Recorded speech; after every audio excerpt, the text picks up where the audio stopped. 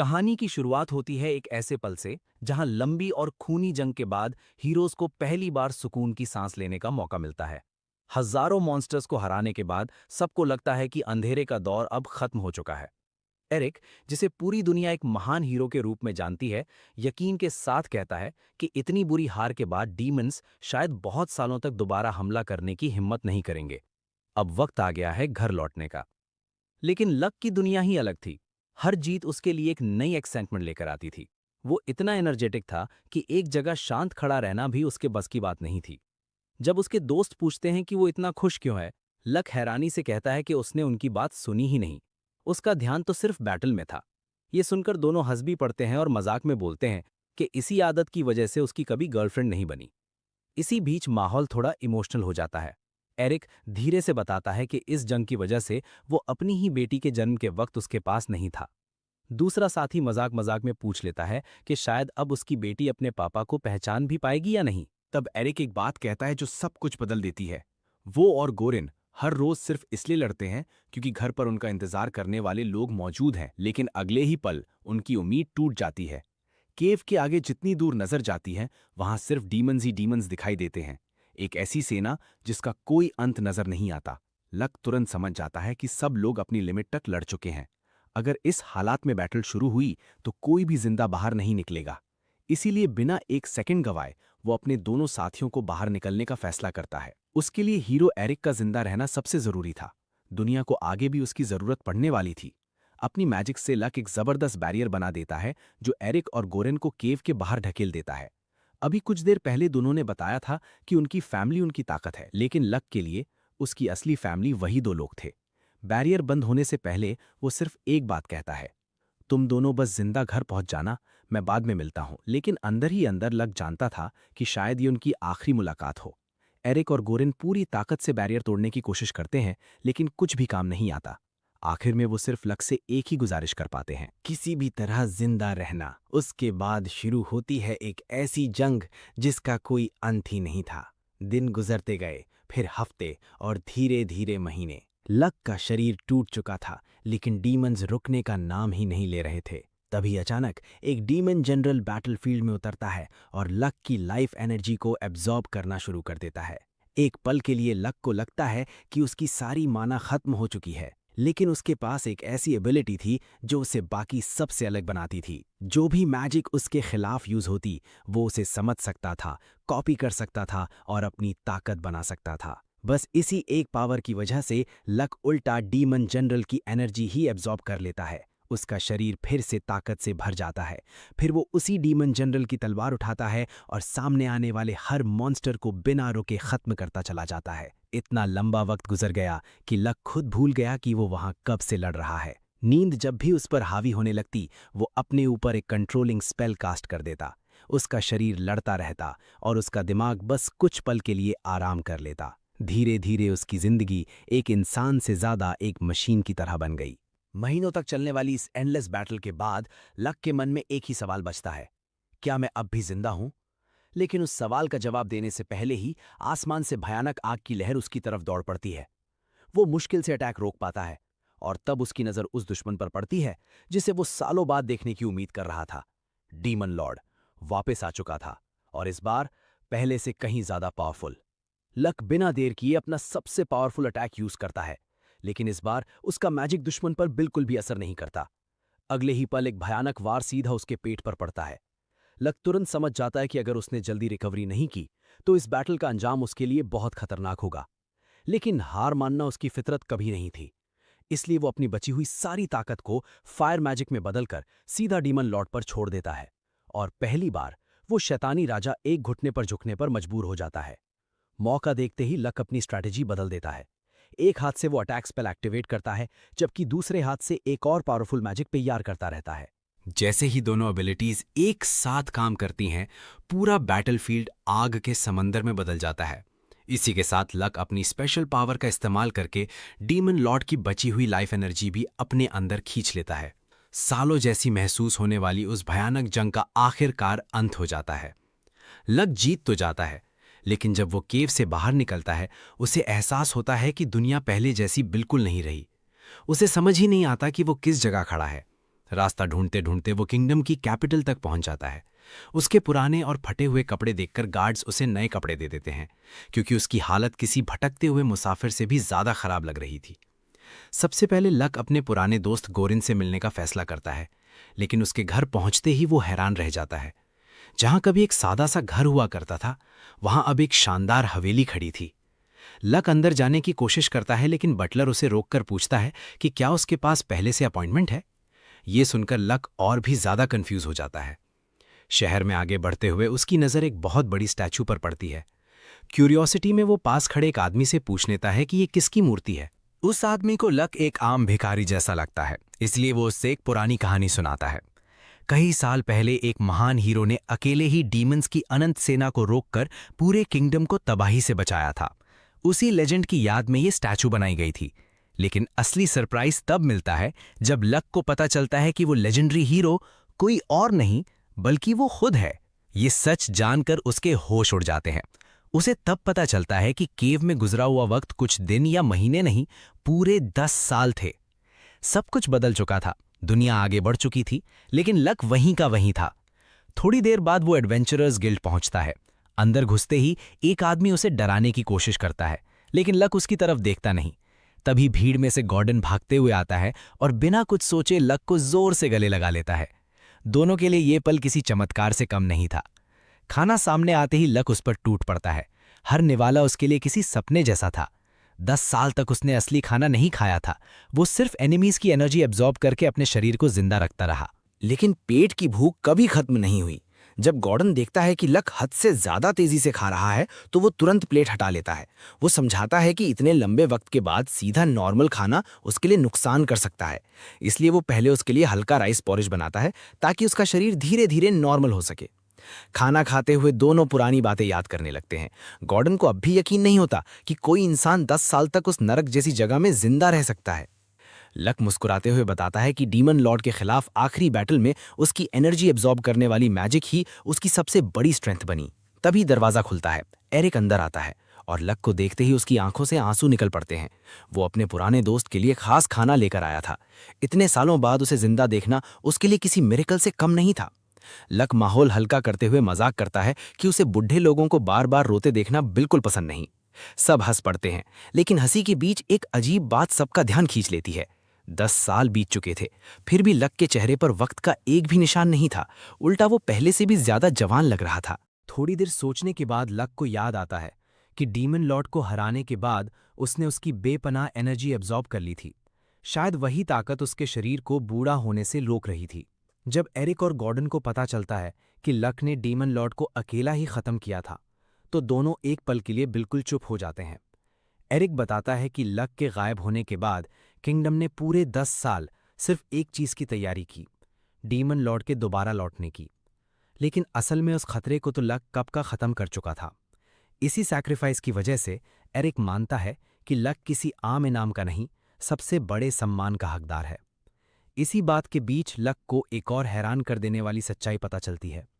Eric अब इस kingdom का राजा बन चुका था। पुराने किंग ने उसकी बहादुरी और लीडरशिप देखकर उससे अपना उत्तराधिकारी बना दिया था। दूसरी तरफ गॉर्डन एडवेंचरर्स गिल्ड का ग्रैंड मास्टर बन चुका था, और लक, जिसे दुनिया मरा हुआ समझ बैठी थी, उसके नाम पर किंगडम ने सबसे ऊंचे नोबल टाइटल्स रखे।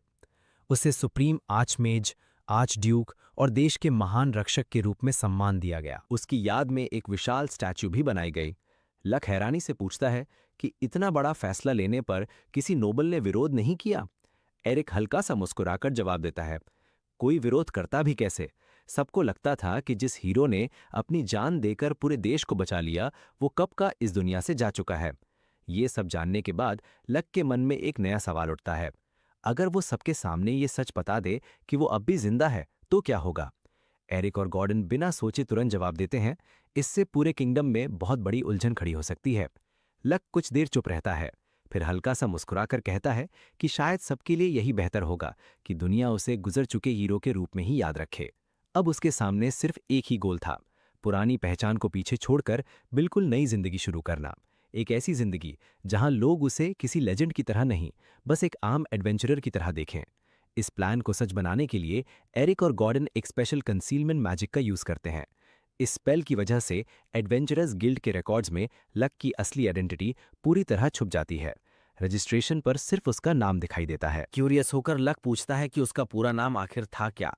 तब गॉर्डन हंसी के साथ बताता है उसका असली नाम हमेशा से लक लॉक फ्रैंजिन था। स्पेल सिर्फ उसकी आइडेंटिटी ही नहीं बल्कि उसकी असली पावर भी छुपा देता है।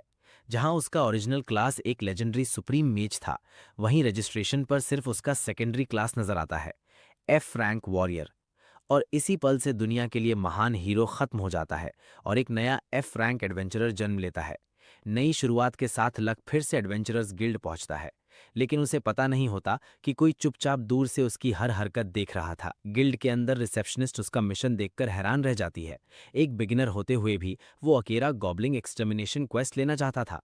वो समझाती है कि गॉबलिन्स को लोग अक्सर कमजोर समझ लेते हैं, लेकिन नए एडवेंचरर्स के लिए वही सबसे खतरनाक दुश्मन साबित होते हैं। लक सिर्फ मुस्कुराकर उसकी कंसर्न के लिए शुक्रिया अदा करता है और कहता है कि वो संभाल लेगा। तभी दो नए एडवेंचरर्स उसके पास आते हैं, एक लड़का और उसकी छोटी बहन। वो लक से पूछते हैं कि क्या वो उनके साथ पार्टी बनाना चाहेगा। लक जवाब दे उससे पहले ही रिसेप्शनिस्ट उन तीनों का रजिस्ट्रेशन एक ही टीम के रूप में कंप्लीट कर देती है। लड़के का नाम एरियो था, उसकी स्पेशलिटी फायर मैजिक थी और उसकी बहन जिनी एक स्किल्ड स्काउट और आर्चर थी। फॉर्मल इंट्रोडक्शन के बाद तीनों फॉरेस्ट की तरफ निकल पड़ते हैं। रास्ते भर लक चुपचाप दोनों को ऑब्जर्व करता रहता है। उसे जल्दी समझ आ जाता है कि जिनी की ऑब्जर्वेशन स्किल्स एक नॉर्मल एफ रैंक एडवेंचरर से काफी बेहतर है। लेकिन असली प्रॉब्लम अभी बाकी थी। एरिया की जांच करते वक्त टीम एक बहुत बड़ी गलती कर देती है। उन्हें सिर्फ उतने ही गॉबलिन्स नजर आते हैं जितनी उन्होंने उम्मीद की थी, लेकिन लक की नजर कुछ और ही देख लेती है। जमीन पर कुछ फुटप्रिंट्स जानबूझकर छुपाए गए थे और लक अच्छी तरह जानता था कि आम गॉबलिन्स इतनी प्लानिंग कभी नहीं कर सकते। इसका मतलब था कोई और ज्यादा इंटेलिजेंट क्रीचर पूरी ट्राइब को कमांड कर रहा था। लक चाहता तो इसी वक्त सब कुछ बता सकता था, लेकिन उसने खुद को रोक लिया। उसका मानना था कि असली एक्सपीरियंस सिर्फ सुनकर नहीं बल्कि गलतियां करके मिलता है। हाँ, अगर सिचुएशन कंट्रोल से बाहर जाती तो जिम्मेदारी उसकी भी होती। इसलिए वो मन ही मन एक वादा करता है, चाहे कुछ भी हो, एरियो और जिनी को वो मरने नहीं देगा। आखिरकार तीनों गॉबलिन हाइडआउट तक पहुंच जाते हैं और एक ही नज़र में समझ जाते हैं कि ये मिशन रिपोर्ट से कहीं ज़्यादा डेंजरस है। आर्यो सजेस्ट करता है कि दिन के वक्त अटैक करना सही रहेगा, क्योंकि रात होते ही गॉबलिन्स और भी अग्रेसिव हो जाते हैं। लक जल्दी से एक सिंपल बैटल प्लान बना देता है। जिन्नी डिस्टेंस से कवर देगी, आर्यो अपनी माना को बचाकर रखेगा और सिर्फ ज़रूरत पड़ने पर ही पावरफुल मैजिक यूज़ करेगा। खुद लक फ्रंटलाइन संभालेगा। बैटल शुरू होते ही उसकी स्पीड देखकर दोनों रोकीज एक पल के लिए हैरान रह जाते हैं। एक ही अटैक में पहला गॉबलिन जमीन पर गिर चुका था, लेकिन जैसे जैसे वो हाइडआउट के अंदर बढ़ते गए, दुश्मनों की संख्या कम होने के बजाय बढ़ती ही गई। 30 से ज्यादा गॉबलिन्स को हराने के बाद आर्यो और जिनी की सांसें तेज चलने लगती हैं। लक उन्हें शांत करते हुए बताता है कि बड़ी गॉबलिन ट्राइब्स में ऐसा होना बिल्कुल आम बात है। थोड़ी देर बाद वो आर्यो से पूछता है, क्या तुम एक और फायर स्पेल कास्ट कर सकते हो? आर्यो गहरी सांस लेकर कहता है, बस एक और, उसके बाद मेरी माना खत्म हो जाएगी। उधर जिन्नी भी बताती है कि उसके पास सिर्फ 3 एरोज बचे हैं। रिसोर्सेज लगभग खत्म हो चुके थे। ये देखकर आर्यो को लगता है कि अब पीछे हटना ही सबसे समझदारी भरा फैसला होगा। लेकिन लक की नजर अब भी अंधेरे में छुपी उस असली डेंजर को ढूंढ रही थी। जैसे ही लक और उसकी टीम वापस लौटने का फैसला करती है, उनके रास्ते में अचानक एक और दुश्मन आ खड़ा होता है। लेकिन ये कोई आम गॉब्लिन नहीं था।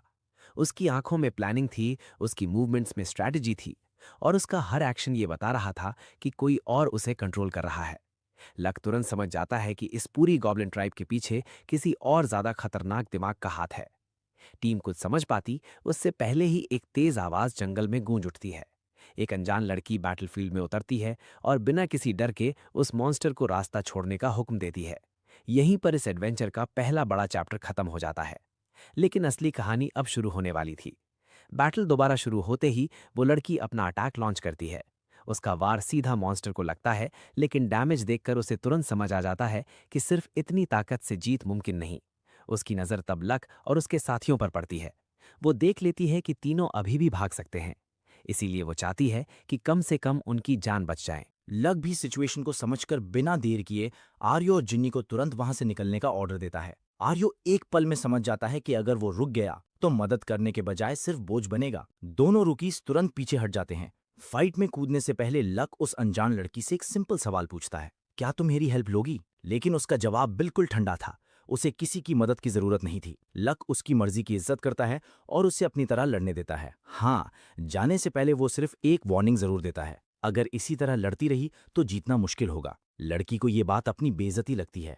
उसे लगता है लक उसकी स्ट्रेंथ पर शक कर रहा है, लेकिन लक शांत आवाज में कहता है, मैंने तुम्हारी नहीं, तुम्हारी तलवार की बात की थी। और जैसे ही ये बात खत्म होती है, अगला ही अटैक उसकी स्वॉर्ड को टुकड़ों में तोड़ देता है। अब भी वो हार नहीं मानती, दूसरी तलवार उठाकर फिर से मॉन्स्टर पर टूट पड़ती है, लेकिन इस बार भी एक ही बार उसे दूर जाकर गिरा देता है। अब लक को समझ आ जाता है कि और इंतजार करना खतरनाक होगा, इसलिए वो खुद बैटलफील्ड में उतरता है। सिर्फ एक प्रिसाइज अटैक और कुछ ही पलों में वो डेंजरस पीस जमीन पर गिरा पड़ा होता है। ये देखकर वो लड़की बिल्कुल सन्न रह जाती है। उसके लिए ये मानना मुश्किल था कि जिस मॉन्स्टर ने उसे इतनी आसानी से हरा गया, उसे किसी ने सिर्फ एक स्ट्राइक में खत्म कर दिया। अपनी गलती का एहसास होते ही वो लक से माफी मांगती है, फिर अपनी पहचान बताती है। वो ईस्टर्न बीस्ट फोक ट्राइब के चीफ की बेटी थी और दिल से लक का शुक्रिया अदा करती है कि उसने उसकी जान बचा ली। लेकिन उसके मन में एक सवाल अब भी बाकी था, आखिर तुम हो कौन? लक हमेशा की तरह सीधा और सिंपल जवाब देता है, मैं बस एक एफ रैंक एडवेंचरर हूं। लड़की को ये बात बिल्कुल हजम नहीं होती। इतनी पावर वाला इंसान एफ रैंक, ये नामुमकिन लग रहा था। तब लक अपना एडवेंचरर कार्ड निकालकर दिखा देता है। कार्ड देखकर भी वो हैरान रह जाती है। सबूत उसके सामने था, फिर भी उसका दिमाग इस बात को एक्सेप्ट नहीं कर पा रहा था। वो पूछ बैठती है कि इतनी ताकत होने के बाद भी लक ने अपना रैंक क्यों नहीं बढ़ाया। लक बस मुस्कुरा देता है। उसके पीछे एक बहुत लंबी कहानी है और बात वहीं खत्म कर देता है। फिर वो उस लड़की से उसका रैंक पूछता है। वो बताती है कि वो बी रैंक एडवेंचरर है। साथ ही ये भी मान लेती है कि उसने लक को कमजोर समझकर बहुत बड़ी गलती की। लक उसकी बात का बिल्कुल बुरा नहीं मानता। उसके हिसाब से अगर कोई भी रुकी दिखे तो उसे बचाने की कोशिश करना एक एक्सपीरियंस्ड एडवेंचरर की नेचुरल रिस्पॉन्सिबिलिटी होती है। इसलिए वो पहली बार अपना पूरा इंट्रोडक्शन देता है। नाम लक है और मैं एक वेटरन एफ रैंक एडवेंचरर हूं। बातों ही बातों में लक को एक और चीज याद आती है। जब वो लड़की गॉब्लिन किंग को देख रही थी, तब उसने सिर्फ उसे एक छोटा कीड़ा समझा था।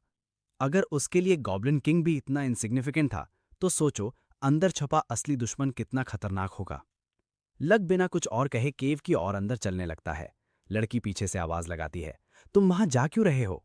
लक शांत अंदाज में जवाब देता है, मैं गॉब्लिन्स को खत्म करने आया था, लेकिन अगर उनसे भी बड़ा खतरा यहां छुपा है तो उसे जिंदा छोड़ना आसपास के गांव के लिए बहुत बड़ा रिस्क होगा। तब वो लड़की आखिर सच बता देती है, केव के सबसे अंदर एक ऐसा दुश्मन इंतजार कर रहा है जिसे हराना बिल्कुल आसान नहीं। वो था एक वैम्पायर लॉर्ड। नाम सुनते ही लक का एक्सप्रेशन बदल जाता है। उसे अच्छी तरह पता था कि वैम्पायर लॉर्ड्स सिर्फ ताकतवर ही नहीं होते। और वही बच निकला हुआ वैम्पायर आज का वैम्पायर लॉर्ड था। उस दिन की हार को वो अपनी ट्राइब के लिए एक दाग मानती थी और चीफ की बेटी होने के नाते उस दाग को मिटाना उसकी जिम्मेदारी बन चुकी थी। कई सालों की तलाश के बाद आखिर उसने उस मॉन्स्टर का ठिकाना ढूंढ ही लिया। उसकी बात खत्म होते ही लक बिना कुछ कहे अपनी स्वॉर्ड उसके हाथ में दे देता है। खुद वो बिना किसी वेपन के लड़ने का फैसला करता है। ये देखकर लड़की को लगता है कि शायद वो मजाक कर रहा है, लेकिन जैसे ही बैटल शुरू होती है, लक अपने खाली हाथों से ही मॉन्स्टर्स के बीच घुस जाता है। ना कोई तलवार, ना कोई मैजिक, सिर्फ स्पीड, टेक्निक और परफेक्ट मार्शल आर्ट्स। हर अटैक इतना प्रिसाइज था कि दुश्मन संभलने का मौका ही नहीं पाते। लक बताता है कि असल में वो एक मेज जरूर है, लेकिन सालों तक उसने एरिक और गॉर्डन जैसे लेजेंडरी वॉरियर्स के साथ सफर किया था। फ्रंट लाइन पर लड़ते लड़ते उसने सिर्फ मैजिक ही नहीं, फिजिकल कॉम्बैट भी मास्टर कर लिया। और फिर 10 साल तक बिना रुके डीमंस के खिलाफ लड़ाई ने उसकी बॉडी को एक अलग ही लेवल पर पहुंचा दिया। आखिरकार दोनों केव के सबसे अंदर वाली चेंबर तक पहुंच जाते हैं। अंदर का नजारा देखते ही दोनों कुछ पल के लिए खामोश हो जाते हैं। हर तरफ इंसानों की खोपड़ियां बिखरी हुई थी। ये सिर्फ एक हाइडआउट नहीं, एक खौफनाक कत्लगाह थी। ये देखकर लड़की अपनी मुट्ठी कस लेती है। उसके दिल में सिर्फ एक ही इरादा बचता है, आज चाहे जो हो जाए, ये वैम्पायर लॉर्ड बचकर नहीं निकलेगा। उधर वैम्पायर उन्हें देखकर हंसने लगता है। उसे उसके पिता के साथ हुई पुरानी लड़ाई याद आ जाती है। वो घमंड से कहता है कि उसका बाप भी उसका कुछ नहीं बिगाड़ पाया था, तो उसकी बेटी उससे क्या ही हरा पाएगी। लक तब तक पूरी सिचुएशन समझ चुका था। उसके हिसाब से गॉब्लिन्स सिर्फ असली प्लान का हिस्सा थे। उन्हें जानबूझकर बाहर छोड़ा गया था ताकि एडवेंचरर्स उनका पीछा करते हुए सीधा इस केव तक आ जाएं। यानी गॉब्लिन सिर्फ जिंदा चारा थे और असली शिकारी सामने खड़ा था। वैम्पायर हैरान रह जाता है कि लक ने उसकी पूरी स्ट्रैटेजी इतनी आसानी से समझ ली। वो मुस्कुरा कर कहता है, इतना समझदार इंसान मेरे लिए एक परफेक्ट सर्वेंट बन सकता है। अगला ही पल वैम्पायर अपनी सबसे dangerous mind control ability activate कर देता है, लेकिन लक बिना रिएक्शन दिए आराम से उसकी तरफ चलने लगता है। वैम्पायर को लगता है कि उसका चार्म काम कर गया, पर अगले ही सेकंड लक का सीधा पंच उसके चेहरे पर पड़ता है। वैम्पायर का कॉन्फिडेंस एक पल में टूट जाता है। लक शांत आवाज में बताता है कि उसके ऊपर मेंटल अटैक्स और नेगेटिव एबिलिटीज का असर लगभग ना के बराबर होता है। वैम्पायर को यकीन ही नहीं होता। उसके हिसाब से कोई भी इंसान एक असली वैम्पायर की चार्म एबिलिटी से बच ही नहीं सकता। लक तब हल्का सा मुस्कुराता है और एक बात बोलता है जो सीधा वैम्पायर के घमंड पर वार करती है। अब समझ आया, तुम असली वैम्पायर लॉर्ड हो ही नहीं, बस एक ऑर्डिनरी वैम्पायर हो जिसने खुद को लॉर्ड कहना शुरू कर दिया। ये सुनकर वैम्पायर का गुस्सा फूट पड़ता है। वो पूरी ताकत के साथ लक पर हमला करता है, लेकिन लक उसकी स्पीड से भी एक कदम आगे था। एक जबरदस्त किक उस मॉन्स्टर को दूर दीवार तक उड़ा देती है। फिर भी वैम्पायर दोबारा खड़ा हो जाता है। इस बार लक बिना वक्त गवाए अपनी हाईएस्ट एक्सेलरेशन टेक्निक एक्टिवेट करता है। एक ही ओपनिंग का फायदा उठाकर वो अपनी स्पेशल ड्रेनिंग एबिलिटी यूज करता है। धीरे धीरे वैम्पायर की ताकत उसके शरीर से निकलने लगती है। जितनी देर बैटल चलती है उतनी ही तेजी से उसकी लाइफ फोर्स कम होती जाती है। अपनी हार को सामने देखकर वैम्पायर घबरा उठता है। आखिरी बार वो पूछता है, तुम आखिर हो कौन? लक के चेहरे पर जरा भी घमंड नहीं था। वो बिल्कुल शांत अंदाज में बस इतना कहता है, मैं एक एफ रैंक एडवेंचरर हूं।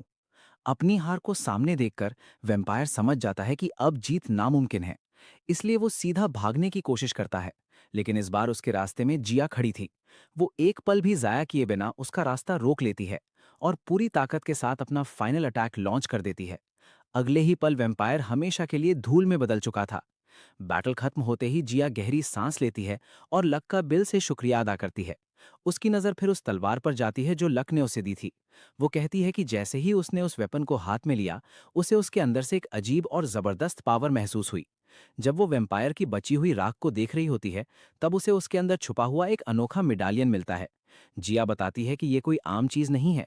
ऐसे कर्स्ड मेडालियन सिर्फ कुछ खास वैम्पायर्स के पास होते हैं। हर बार जब वो किसी की जान लेते हैं या उसका खून पीते हैं, इस मेडालियन के अंदर एक अंधेरी एनर्जी जमा होती रहती है। ये बात सुनकर लक सोच में पड़ जाता है। उसे याद आता है कि उसके जमाने में ऐसी चीज कभी मौजूद ही नहीं थी। तभी खत्म होने से पहले वैम्पायर अपनी आखिरी बात छोड़ जाता है।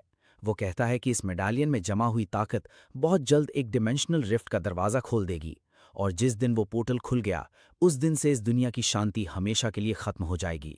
बेइंतहा डीमंस उस रास्ते से इस दुनिया में आ जाएंगे और उनके साथ उनके अंधेरे देवता भी। ये बात सुनते ही लक का चेहरा एकदम सीरियस हो जाता है।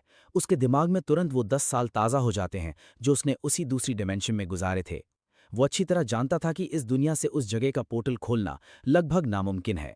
उसे याद आता है 10 साल पहले डीमन लॉर्ड को रोकने के लिए वो, एरिक और गॉर्डन उसी डिमेंशनल रिफ्ट के अंदर घुस गए थे। पोर्टल बंद होने से पहले वही उनका आखिरी मौका था। इसी वजह से वो कभी वापस लौटकर किंगडम की मदद नहीं कर पाए।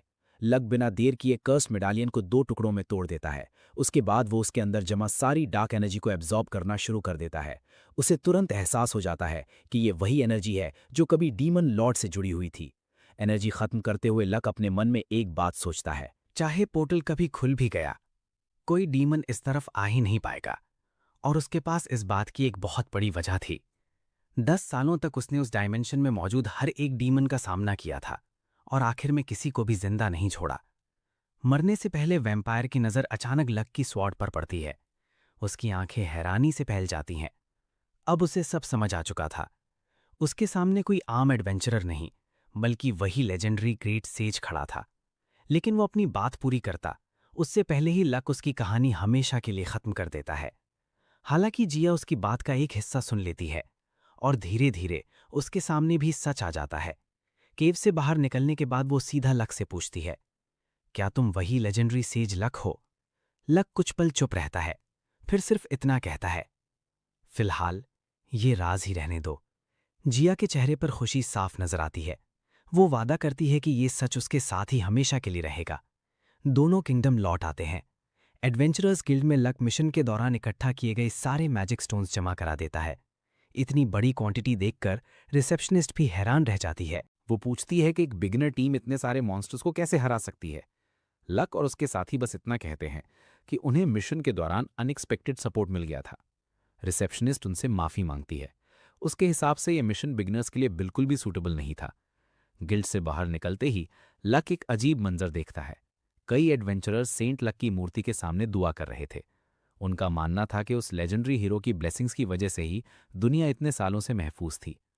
ये सब सुनकर जिया मुस्कुराए बिना नहीं रह पाती, क्योंकि अब वो जानती थी जिस हीरो के लिए लोग दुआ कर रहे हैं वो उनके साथ ही चल रहा है। रास्ते में जिया एक बार फिर लक का शुक्रिया अदा करती है। उसकी मदद की वजह से वो अपने ट्राइब का सम्मान दोबारा हासिल कर पाई। लक फिर उससे वैम्पायर्स के बारे में एक जरूरी सवाल पूछता है। वो चाहता था कि ट्राइब ने इन क्रीचर्स के बारे में जितनी भी इंफॉर्मेशन इकट्ठी की है सब उसके साथ शेयर की जाए। 10 साल तक जिस दुनिया को बचाने के लिए उसने सब कुछ दांव पर लगा दिया, उसे वो किसी भी नई साजिश का शिकार नहीं होने देगा।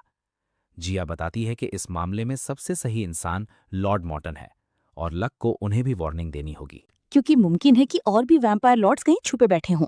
लक पूछता है कि क्या ये बात एडवेंचरर्स गिल्ड तक पहुंच चुकी है। जिया हाँ में जवाब देती है, लेकिन उसे डर है कि शायद ऑफिशियल एक्शन लेने में अब बहुत देर हो चुकी होगी। अलविदा कहने से पहले जिया कर्स्ड मेडालियन का आधा हिस्सा लक को दे देती है। उसका कहना था कि जब भी फ्यूचर में सच साबित करने की जरूरत पड़े, ये टुकड़ा सबसे बड़ा सबूत बन सकता है। और इसी के साथ लक की नई जर्नी सिर्फ शुरू होती है। इस बार उसका सामना सिर्फ मॉन्स्टर्स से नहीं, बल्कि एक ऐसे अंधेरे से होने वाला था जो पूरी दुनिया की तकदीर बदल सकता था। लक कर्स्ड मेडालियन का आधा हिस्सा अपने पास रख लेता है। दूसरी तरफ जिया तुरंत अपने ट्राइब की तरफ निकल पड़ती है। उसका इरादा था कि वैम्पायर्स और इस अजीब मेडालियन के बारे में जितनी भी पुरानी जानकारी हो सके सब इकट्ठी की जाए। लक भी बिना वक्त गवाए गॉर्डन से मिलने का फैसला करता है। उसे लगता था कि अब जो कुछ उसने देखा था उसके बारे में किंगडम के सबसे भरोसेमंद लोगों को पता होना जरूरी है। सीन शिफ्ट होता है और गॉर्डन के ऑफिस में दोनों गहरी डिस्कशन करते नजर आते हैं। सबसे पहले गॉर्डन हल्का सा नाराज होकर कहता है कि लक पूरे 3 दिन तक बिना किसी खबर के गायब रहा। उस दौरान वो सच में उसकी सेफ्टी को लेकर परेशान था। वो मुस्कुराते हुए बस एक रिक्वेस्ट करता है, अगर अगली बार कहीं जाना हो तो कम से कम एक बार बता कर जाना। लक उसकी बात समझता है। फिर वो केव में हुई हर एक घटना डिटेल में बताता है। वैम्पायर, कर्स्ड मेडालियन और डार्क गॉड से जुड़ी वो डरा देने वाली वार्निंग। जैसे जैसे गॉर्डन सब कुछ सुनता है उसके चेहरे की सीरियसनेस बढ़ती चली जाती है। उसके लिए सबसे बड़ा झटका ये था कि डीमन लॉर्ड भी किसी और ज्यादा पावरफुल फोर्स का सिर्फ एक हिस्सा था, यानी असली खतरा अभी खत्म नहीं हुआ था। गॉर्डन मेडालियन को ध्यान से एग्जामिन करता है। उसके एक्सपीरियंस के हिसाब से ये किसी भी नॉर्मल मेटल से बना हुआ नहीं लग रहा था। ना ये गोल्ड था और ना ही मिथ्रिल। इसीलिए वो फैसला करता है कि इस आइटम को एक्सपर्ट्स के पास भेजना चाहिए। शायद उसकी असल बनावट ही इस पूरी मिस्ट्री की सबसे बड़ी की हो। दोनों की बातचीत धीरे धीरे खत्म होने लगती है। लक थकान भरी सांस लेकर कहता है कि अब उसे थोड़ा आराम करना होगा। इतने दिनों की लगातार फाइट्स ने उसका शरीर पूरी तरह थका दिया था। जाने से पहले गॉर्डन एक बार फिर उसका शुक्रिया अदा करता है। उसके लिए लक सिर्फ एक दोस्त नहीं, बल्कि वो इंसान था जिसने बार बार अपनी जान दांव पर लगाकर हजारों लोगों की जिंदगी बचाई थी।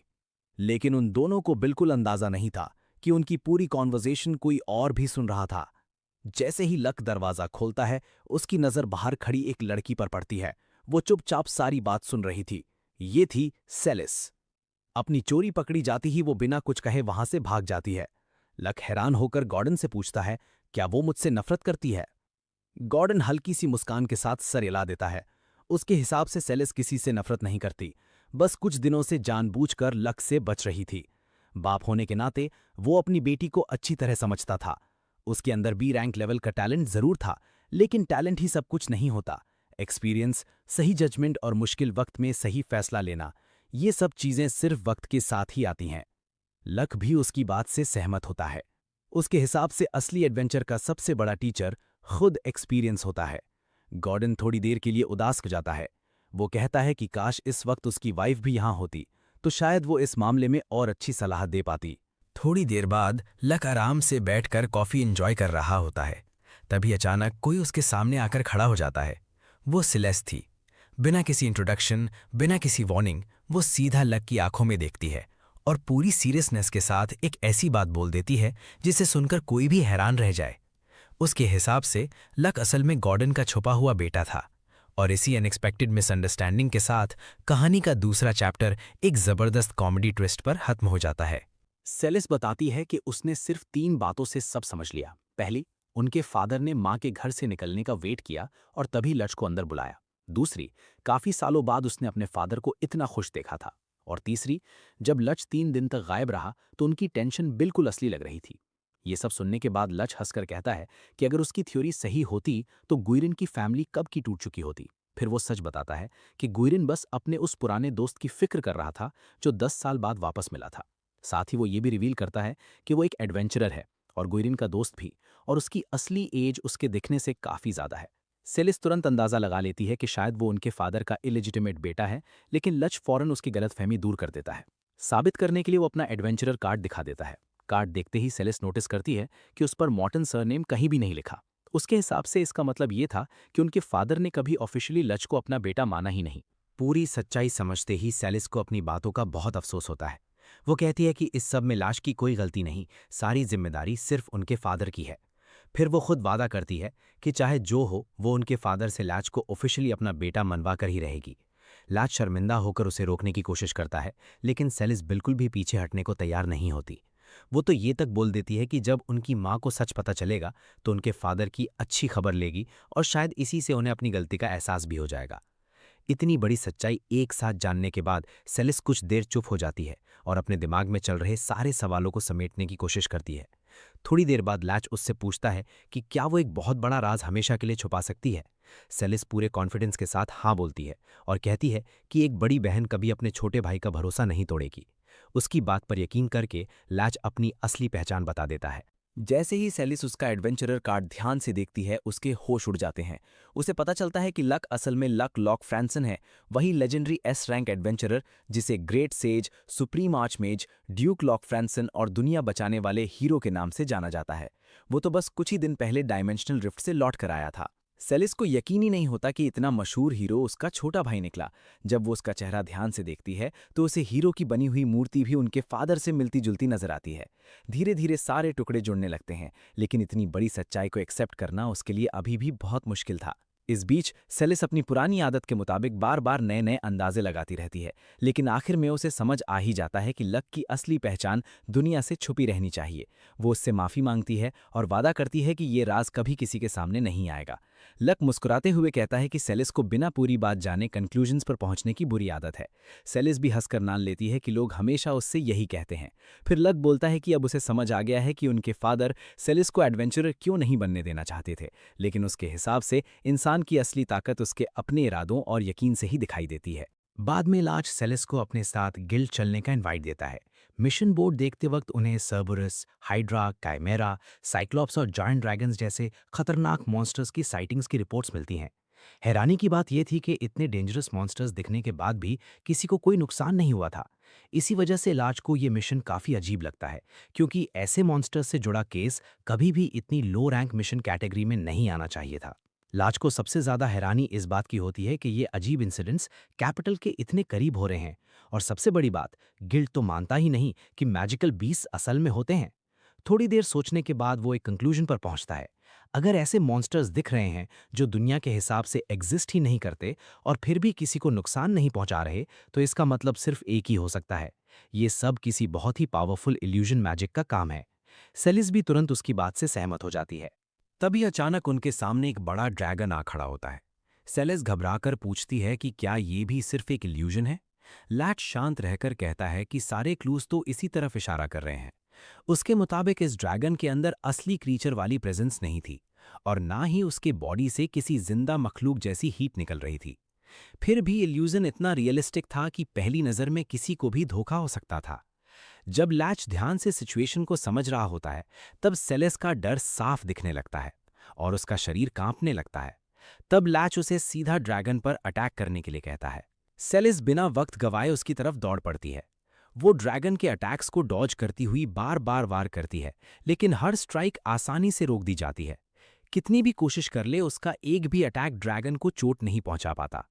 दूसरी तरफ लैच सिर्फ खड़े होकर पूरी फाइट को ध्यान से ऑब्जर्व करता रहता है। लड़ाई देखकर लैच अंदाजा लगाता है कि सेलिस की स्ट्रेंथ लगभग एक रैंक बी एडवेंचरर के बराबर है, लेकिन उससे भी ज्यादा डेंजरस चीज ये थी कि ड्रैगन कोई नॉर्मल इल्यूजन नहीं था। ये सिर्फ आंखों का धोखा नहीं, बल्कि मना से बना हुआ एक एडवांस्ड मैजिकल कॉन्स्ट्रक्ट था। इसी बीच ड्रैगन एक मौका देखकर सेलिस को हिट कर देता है। लैच तुरंत बीच में आता है और अपनी मैना अब्जॉर्प्शन एबिलिटी एक्टिवेट कर देता है। सिर्फ एक अटैक के साथ वो ड्रैगन के इल्यूजन तक तोड़ देता है और बिना किसी मुश्किल के उसे खत्म कर देता है। फाइट खत्म होते ही लैच मजाक में पूछता है कि सेलिस जमीन पर और कितनी देर लौटती रहेगी। हैरान होकर सेलिस कहती है कि उसे तो एक खरोच तक नहीं आई। तब लैच समझाता है कि ये आम इल्यूजन नहीं था, बल्कि मैजिक से बनी हुई एक टेम्पररी रियलिटी थी। इसीलिए सीधा उससे लड़ना बेकार था और आखिर में हार ही मिलती। सेलेस थोड़ी नाराज होकर कहती है कि अगर ये बात पहले बता देते तो वो बिना सोचे समझे अटैक ही ना करती। फिर वो पूछती है कि ऐसी सिचुएशन में करना क्या चाहिए था। लैच जवाब देता है कि सबसे पहले असली स्पेल कास्टर को ढूंढकर उसे रोकना चाहिए, और अगर वो मुमकिन ना हो तो सबसे सही फैसला वहां से पीछे हट जाना है। सेलेस को भागने का आइडिया बिल्कुल पसंद नहीं आता, लेकिन लैच उसे याद दिलाता है कि जिंदा रहना किसी भी जीत से ज्यादा जरूरी होता है। इसके बाद लक्ष्य सीधा उस इंसान से बात करने का फैसला करता है जो ये सारा मैजिक चला रहा था। वो जोर से कहता है कि उसे पता है विलेजर्स कभी असली खतरे में थे ही नहीं। इसका मतलब किसी के पास लोगों को इस जगह से दूर रखने की कोई खास वजह जरूर है।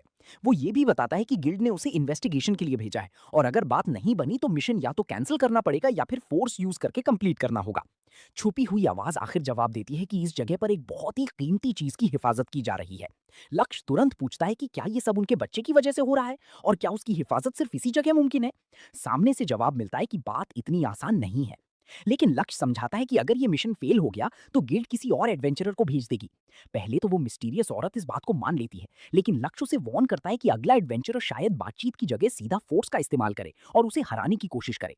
ये सुनकर उसे भी समझ आ जाता है कि इससे किसी का भला नहीं होगा। आखिरकार वो लक्ष्य की बात मान लेती है।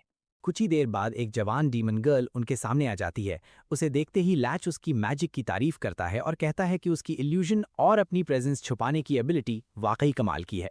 लैच उस डीमन गर्ल की तारीफ करता है और कहता है कि उसकी इल्यूजन मैजिक और अपनी प्रेजेंस छुपाने की स्किल वाकई लाजवाब है। वो मुस्कुराकर कॉम्प्लीमेंट एक्सेप्ट करती है और अपना नाम लुसिला बताती है।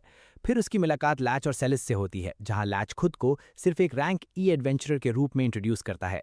सेलिस ये जानकर हैरान रह जाती है कि लुसिला एक डीमन है। उसके दिमाग में तुरंत ये बात आती है कि सारे डीमंस बुरे होते हैं। लुसिला शांत तरीके से उसकी गलत सोच को ठीक करती है। वो बताती है कि डीमंस के पास बहुत ज़्यादा मैजिकल पावर और ज़बरदस्त कॉम्बैट स्किल ज़रूर होती हैं, लेकिन इसका मतलब ये नहीं कि उनकी पूरी रेस हमेशा वायलेंट या ईविल हो। इसके बाद लाच पूछता है कि आखिर वो किस चीज़ की इतनी हिफाजत कर रही है। लुसिला सच बताने का फैसला कर लेती है। रास्ते में लाच उससे एक और सवाल करता है, इतनी जल्दी उस पर भरोसा क्यों किया।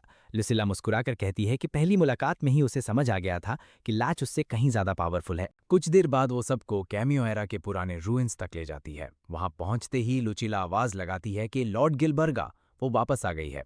लेकिन सेलिस की कंफ्यूजन तब और बढ़ जाती है जब उसके सामने सिर्फ एक आम सा चिकन खड़ा नजर आता है। जब सेलिस उसे चिकन बोल देती है तो वो नाराज हो जाता है, लेकिन थोड़ी देर बाद मान भी लेता है कि देखने में तो वो वैसा ही लगता है। तब लुचिला बताती है कि ये ही लॉर्ड गिलबर्गा है। उनका रूप चाहे कितना भी नॉर्मल और हार्मलेस लगे, लेकिन उनके अंदर एक सच्चे गॉड जैसी शक्ति छुपी हुई है। वो समझाती है कि उनके पूर्वजों के पास एक ऐसा डिवाइन गीत था जो दुनिया को जगा सकता था, दिन और रात को अलग कर सकता था और अलग अलग डिमेंशंस के बीच की बाउंड्री बना सकता था। इसी विरासत की वजह से लॉर्ड गिलबर्गा किसी भी डिमेंशनल पैसेज को बंद कर सकते हैं और डिमेंशनल रिफ्ट को हमेशा के लिए सील करने की ताकत रखते हैं। अगर वो रिफ्ट खुला रह गया तो अनेक डीमंस इस दुनिया में घुस आएंगे और उनके बाद डार्क गॉड्स भी आ सकते हैं जो पूरी ह्यूमैनिटी को तबाही के किनारे ला खड़ा कर देंगे।